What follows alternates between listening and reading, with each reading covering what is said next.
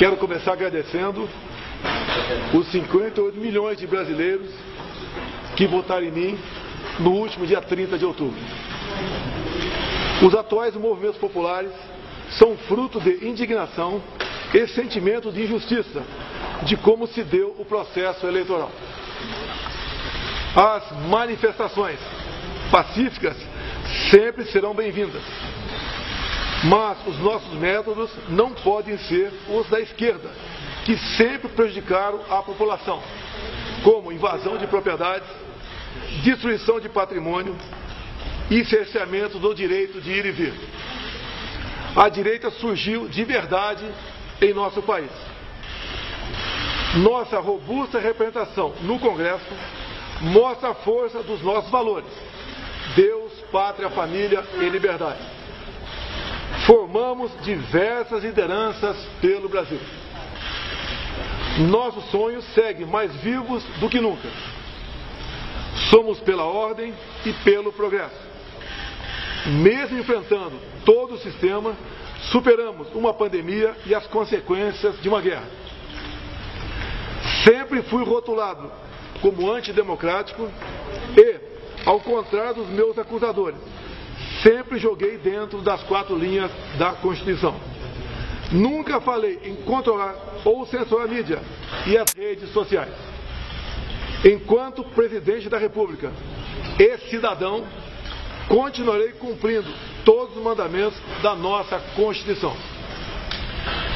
É uma honra ser o líder de milhões de brasileiros que, como eu, defendem a liberdade econômica, a liberdade religiosa, a liberdade de opinião, a honestidade e as cores verde e amarela da nossa bandeira. Muito obrigado.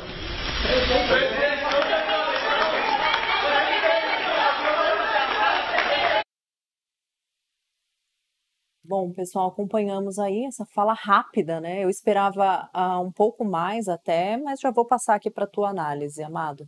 Reconheceu a derrota, ao modo Bolsonaro, né?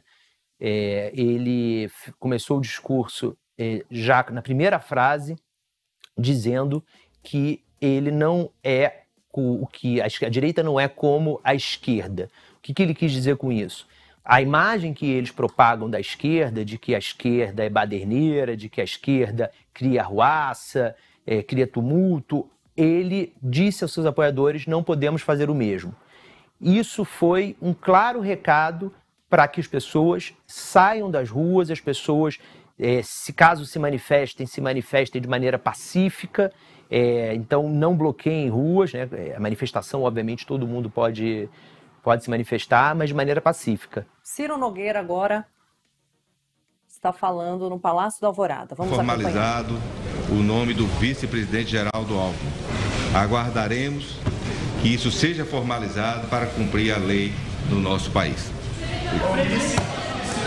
Bom, acho que a resposta veio aí, né? Quem trouxe, de fato, que a transição vai começar assim que a equipe for provocada. Ciro Nogueira, então, confirmando Ciro, que vem nesse instante, que o vice de Lula, né, eleito presidente a partir de 2023, Alckmin deve ser o responsável pela transição entre os governos. Ciro Nogueira também teve uma fala rápida ali, mas enfim, reconhecendo, né, de fato, e deve ser quem do governo Bolsonaro vai fazer todo esse trâmite, essa transição a partir de hoje, né, Amado? Mas você estava analisando ainda a fala do Bolsonaro, fique à vontade. Não, era só complementando o que você falou do Ciro Nogueira, realmente, a gente inclusive noticiou pouco antes de eu entrar ao vivo aqui na coluna que ele tinha autorizado o Ciro Nogueira a ser essa pessoa. Voltando a falar da fala do Bolsonaro, quando ele diz, então, não vamos nos igualar à esquerda, é um recado para as pessoas não criarem baderna, as pessoas pararem de fechar as estradas.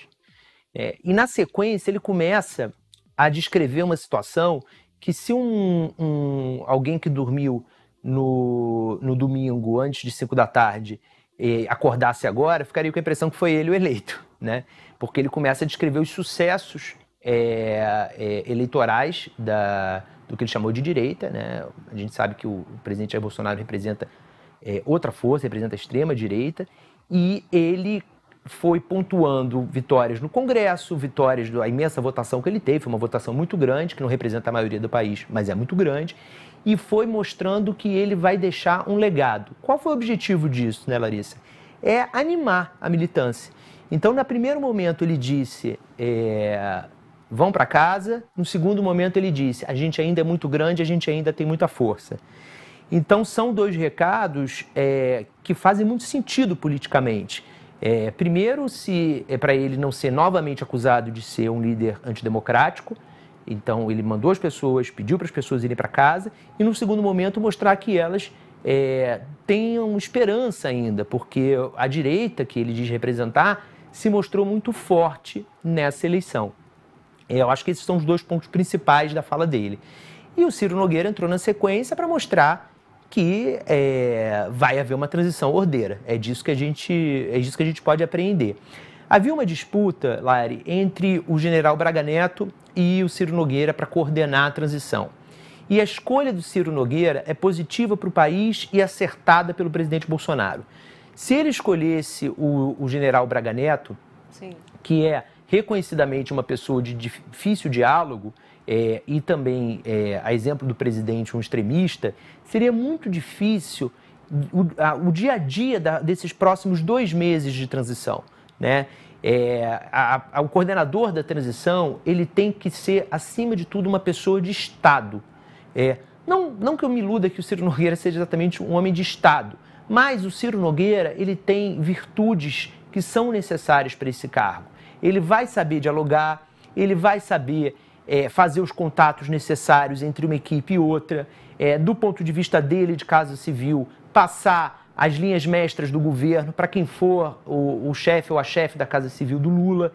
Então, é uma escolha muito positiva para o país e acertada pelo presidente Jair Bolsonaro, a do ministro Ciro Nogueira, que espera-se fique no cargo até o fim do ano, né, complete a transição e não volte para o Senado. Isso era uma possibilidade que vinha sendo aventada.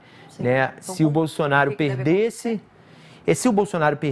né, como perdeu, algumas pessoas cogitavam que ministros que têm assento na Câmara, ou que têm mandato na Câmara ou mandato no Senado, já deixassem seus cargos e voltassem para os seus mandatos, como o Fábio Faria, o Ciro Nogueira.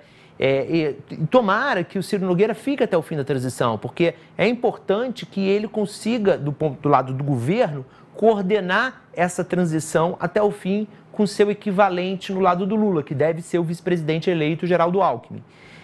Se o Ciro Nogueira voltar para o Senado, isso é ruim, porque vai ficar uma coisa perdida ali. Sim. O melhor seria realmente o Ciro Nogueira reassumir o seu mandato a partir de 2 de janeiro.